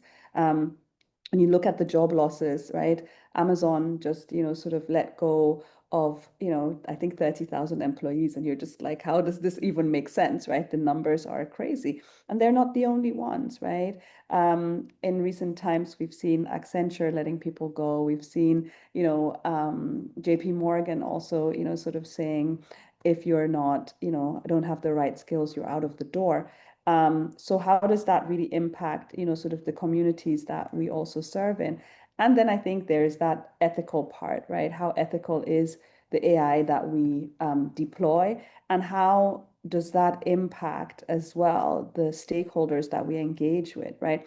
So if you're in financial services and, for example, you have bias in your AI systems that give out loans, and you don't lend to women because you already have systemic bias built into your system, right? You perpetuate that by using AI and by not actually monitoring your models and by not having documentation and transparency. And when you look at the EU AI Act, right, those are some of the things that it demands, right? Full transparency of your AI models. And we're not there yet in terms of the governance, around AI, but I think that we will get there pretty soon because the adoption rate is also, sort of, I think there's a movement and we can all see it. So I think the regulators are not going to sleep on it. And they will, also probably adopt some of the existing regulations like the EU AI Act. So I think it's just really awareness around what are the governance models. There are also, standards like the ISO 42001 standard that you can look at as an organization that also helps with some of these, things, and really looking at AI from a very different lens, and not just from, oh, we're going to make a lot of money and we're going to save a lot of time. Okay, thank you so much, Nkem. So I think as in the question, whether it's because of your vendors or if you're still thinking about it, is how ethical is your data governance model? I think that's essentially the lesson. So we're going to wrap this up. Tinu, before I ask you, this is Bella speaking, not Nkem. From your advisory experience, what practical governance or disclosure practices have you really seen help investors, as they try to differentiate themselves in increasingly regulated markets? Thank you very much, Bella. So I really enjoyed listening to all the panelists, and I was almost like not even remembering that I would have to answer a question as well as I was listening and nodding my head horizontally. So I think if you're a student of corporate governance, you would remember that when you're learning corporate governance, we talk about 4 pillars: responsibility, accountability, fairness, and transparency. And I think that whatever it is that investors are looking for in terms of the differentiation, the kind of disclosures that you're looking for, you can put them under a roof that is supported by those pillars.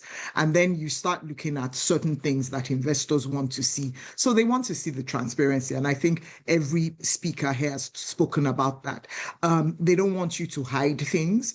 I think if I localize to Nigeria, there are certain negatives associated with Nigeria. And let's just put it out there. It's there.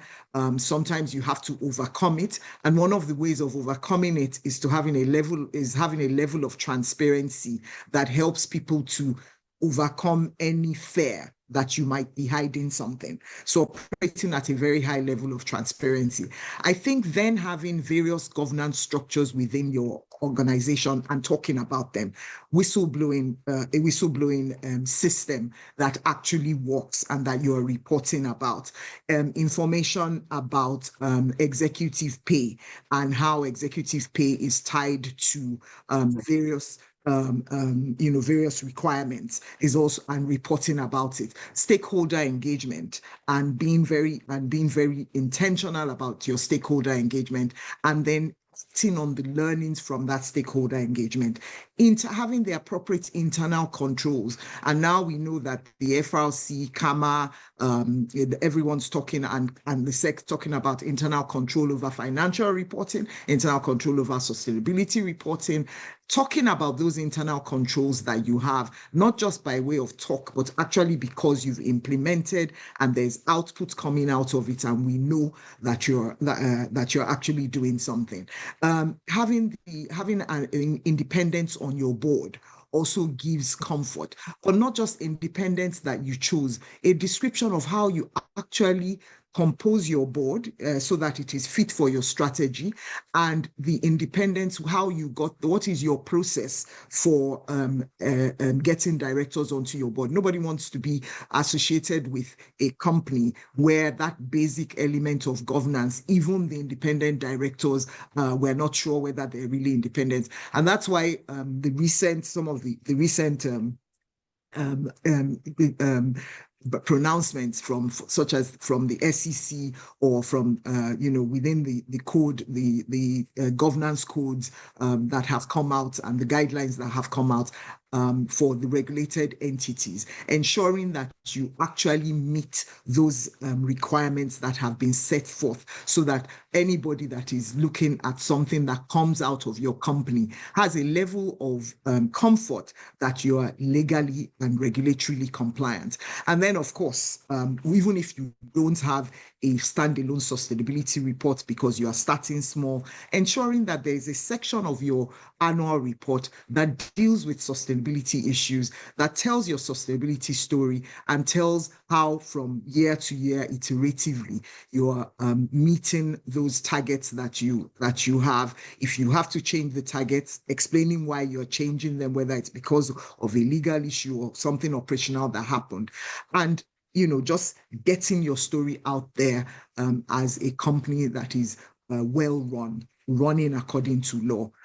I think these are tried and tested elements that will help you to be taken seriously and will help to differentiate you in the eyes of investors and help to elevate you to say, this is a company that is at par with any company across the world. We're not saying we're looking at an African company. We're looking at a company that is in the oil industry. We're looking at a company that's with fast-moving consumer goods and that can stand anywhere in the world. Thank you. Thank you so much, Tino. That was, wow, that was loaded. That was really, really loaded. So we have 5 minutes on the clock, but since I make the rules around here, I'm going to please ask for 10 more minutes. And that is because you have been such an engaged audience. We've had literally the same number of people from when we started. So I think that's a very good sign. And I promise you, the questions in the comment section are really good and you'll want to be here for it. And I can't speak enough about my panel. They're so resourceful. Look at them typing away. They're already responding to some questions in the chat. So please follow the chat as well for the responses. So I'm going to take the top two. This one is from Onyinachi Achumba, and he or she says, understanding that data is the backbone of credible ESG reporting, many companies continue to face challenges with supply chain transparency and Scope 3 emissions tracking. What practical steps can organizations take to effectively engage suppliers and gather reliable ESG data, especially across informal or fragmented value chains? Toby, I feel like this one is coming for you. Should they land? Sure. Okay, please respond. Yeah. So, I mean, this is a very tough one, to be honest, because as much as we talk about the success we've witnessed in Unilever in terms of Unilever Nigeria, in terms of localizing our input materials to over 50%, it has been a bit of a painful journey. And I gave an example earlier of onion powder, but you would also appreciate that to put onion powder in a cube of Knorr, the health parameters have to be very, very detailed. There is zero room for error. Otherwise, you could have microbial issues and the rest of it. So we have a program called Partner to Win. And basically what that program is about is to say, look, we no longer treat you as a vendor. We treat you as a partner. So it's not a case of, yes, you go and supply this to me. We come with the weight of our R&D and everything else that we have, and then we work with you. We also understand that some of these things might take time. And so we ensure that it is something where we lay out a proper time frame. And I think that's what the transparency does, because we say, look, this is maybe an 18-month journey. It's not a calendar year journey. And what that does is you also have to, as a vendor, as a partner, have to open up in terms of your extended chain. And then we kind of co-create, that journey together.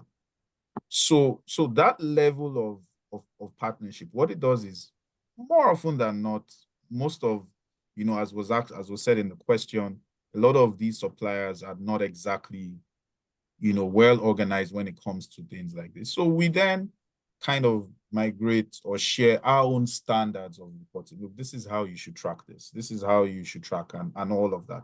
And they adopt. And then over time, it becomes a lot more seamless because we're speaking the same language. I mean, the only caveat I would put on the table is it's easier said than done, requires a lot of patience. There are instances where we've had to, cut short some relationships because we've set the standard. And if you're not, willing to operate at that level of transparency and also at a certain standard, then we cannot operate with you. So we do an annual qualification of these partners, or at times biannual, where there's sort of like a certificate where we take off to say, look, per our own ESG standards, we believe that you're a qualified partner. And then more often than not, after the teething stage, it becomes a lot easier because it's just more of iterations of improving on what you have in place. Yeah. Okay, excellent. Thank you. Thank you so much. And I think, one thing early adopters especially need to be mindful of is that they are also shaping human behavior across their entire value chain. Right? So I think that's a responsibility that, they should just step up to, because in the long run, in fact, even in the short term, it also provides value for them. So I think it's important that you nudge behavior. So I'm going to segue into this next question, which is also about stakeholder management. And this question says, how can we extend ESG impact beyond the workplace, making sustainability practical and inclusive for communities, not just organizations? So I'm going to direct this to Nkem because of her brand marketing background, and because I know that it is very important for all of your stakeholders to be carried along. So, I love how you use the term storytelling so much. We should have coffee over that particular phrase you keep using, because it's one of my favorite terms as well. But Nkem, also tying into what Toby has just said, the nudging of human behavior. I think essentially that's what this question is speaking to. So how do we make it practical and inclusive for communities, not just organizations? All right. So I think there are some brands that do this really well, like Patagonia, and they're a sustainable clothing line that basically have the sort of ethos of what Toby was talking about, right? Don't be a consumer, don't buy too many things from us. If your jacket has a button that's missing, bring it back, we'll fix it. If you don't want the jacket anymore, bring it back, we'll trade it in for something else that you may want, right? And this goes beyond just what they're teaching the consumer in that interaction, right? And a lot of people who actually buy Patagonia, they buy it because they deeply, buy into the purpose of the brand. So I think and Toby spoke to this as well at the beginning, right? The purpose is really, really important, and communicating that purpose through your storytelling, letting people know, right? This is who we are, and this is what we stand for. And this is how we would like you to behave. Patagonia also, when you go on their website, they have a lot of educational material around environment, around sustainability, around how you engage people, right? So, and they do that as well for their vendors. So the same way that, Toby said, okay, we onboard you and, we try and train you and we try and tell you this is what you should be doing in order to work with us. They, sort of layer that on really, really strong and make sure that the brands that they work with really live and breathe that, sort of environmental impact and being fully sustainable and not being wasteful and producing in ethical ways and making sure that the entire value chain is really green but also ethical, and that their employees are being compensated properly. So I think it's really about sort of making sure that you are believable as a brand, right? Because you can say all of these things and do the exact opposite, right? And that's what we call greenwashing. And brands like H&M have gone under fire for that, right? Where they're like, oh yeah, we pay fair wages, but then where they produce in Bangladesh, they pay less than minimum wage, but their CEO takes home 3 million euros, right? Those type of discrepancies you really shouldn't have, right? You should really do what you say, right? And make sure that you are honest, right? And that, you know, like Toby said, we're not there yet. We don't always get it right. These are the targets for the future, and we are working on that and hold us accountable to that. And I think that's really what, you know, will also drive change. I think the media also obviously is a really strong way of influencing behavior, right? Or creating programs in schools, right? So when you look at societies that, you know, sort of have cultures of high levels of cleanliness, and where you don't throw things on the floor because, you know, people will arrest you, or where people will just look at you like, what is wrong with you? Why are you, you know, acting like a hooligan, right?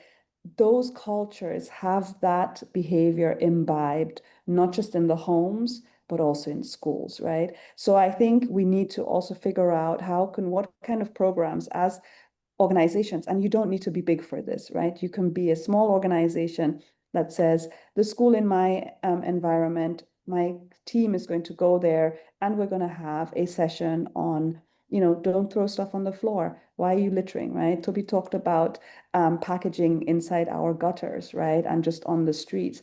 And it is that behavior of, oh, somebody will pick it up, somebody will clean it up, right? What else? If I don't throw it, then, you know, the people in Lagos State waste management don't have a job, right? And that thinking is what actually adds to, you know, sort of pollution. But if we were addressing that through a program, through games, through, you know, something that is fun and engaging people that are really young, kids, right? So like, you know, when I talk to my son, I'm like, you know, like, you need to pick stuff up. When your friends come over, tell them to pick stuff up, put it in the bin, you know, and just reinforcing that. So yeah, I hear him talking to his friends, no, don't put the, you know, crisp wrapper there, go put it in the bin. If not, my mom's gonna be really angry because we don't throw stuff on the floor, right? And that is just me having reinforced that over and over again. And I think that's where brands that have media presence, digital, social media presence, can really do a lot of the work, right? And sometimes it's very subtle messaging. It doesn't need to be, you know, sort of like an in-your-face campaign. It can just be you seeing the same image of clean. If you give all of this away, why will they come to you for business? Please. As a member of your personal board of directors, you are at this point oversharing. Okay, Well, so we're going to take one last question, and I think I'm going to take this right to Ngozi. Ngozi, please, you are on the clock. I shall mute you if you go on longer than 90 seconds. So this person is saying that looking at Nigerian companies and their IFRS, ISSB compliance, this person finds that Seplat, being one of the 4 companies, has endured regulatory issues. You know, so their question/concern is over regulatory governance within SEC that says it would work with Seplat to preserve market integrity and therefore transparency. Could this be translated to mean that the rules would only fit the local outlook and interests? This question is so deep, and I don't want to green hush, nor do I want to greenwash. But one of the key things that we have to be sure about is that our regulatory bodies are not only holding us to standards, but they're holding themselves to standards. And I think what we have to do is look at the subtext of what SEC is actually saying. And this is a big issue because Seplat in many ways has been held up as, you know, one of the companies that's making real progress on ESG. It's a champion of the indigenous oil industry. And to see some of what's been going on in the newspapers, which are clearly regulatory and governance failures, I think is a bit of a challenge for many people. So I think you should read the subtext of what SEC is saying, and we should understand that it does mean that our regulators can and will hold us accountable. And when they talk about, you know, work with, what they're basically saying is, we are now going to be looking in details at what this company is doing.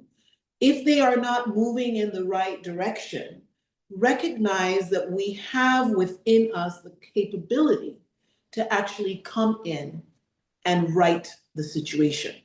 I think that's part of the subtext.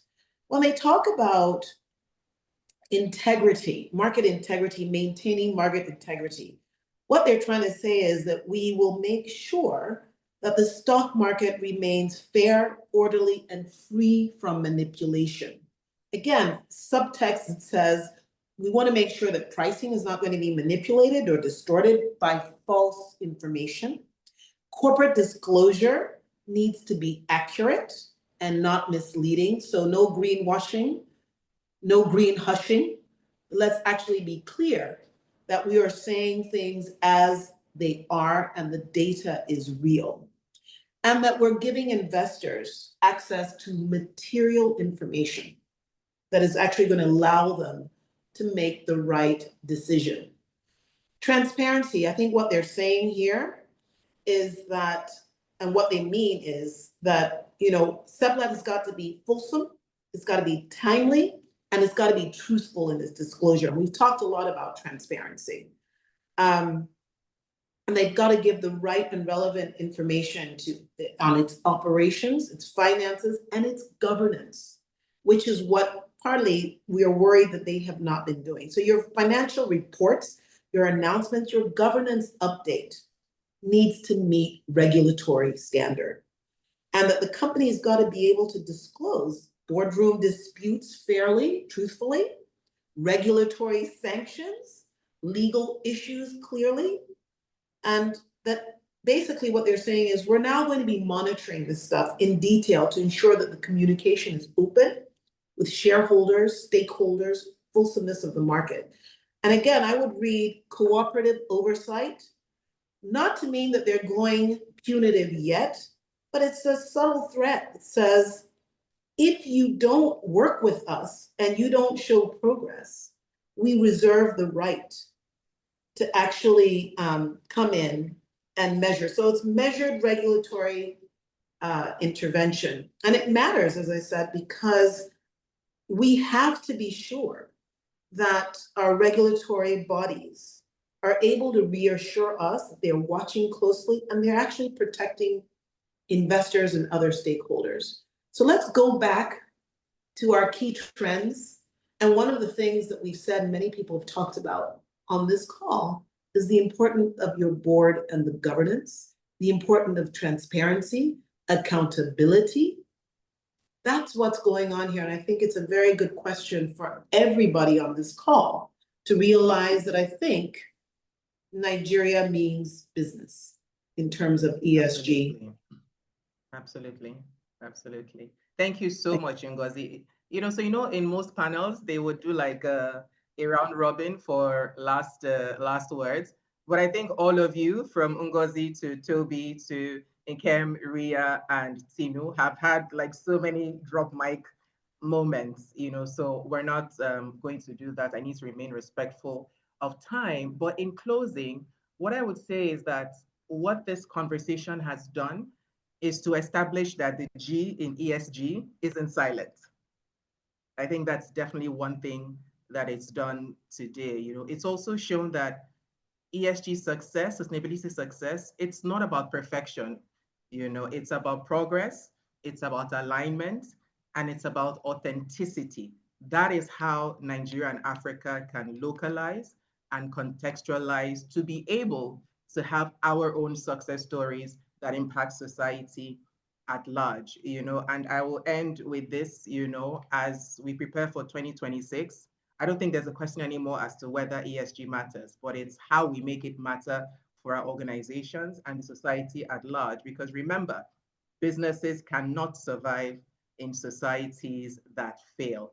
Thank you all so very much. Enjoy the rest of your day. It's almost Christmas, but we hope that this helps you wrap up the year and kick off 2026 on a fantastic footing. All the best and enjoy the rest of your day.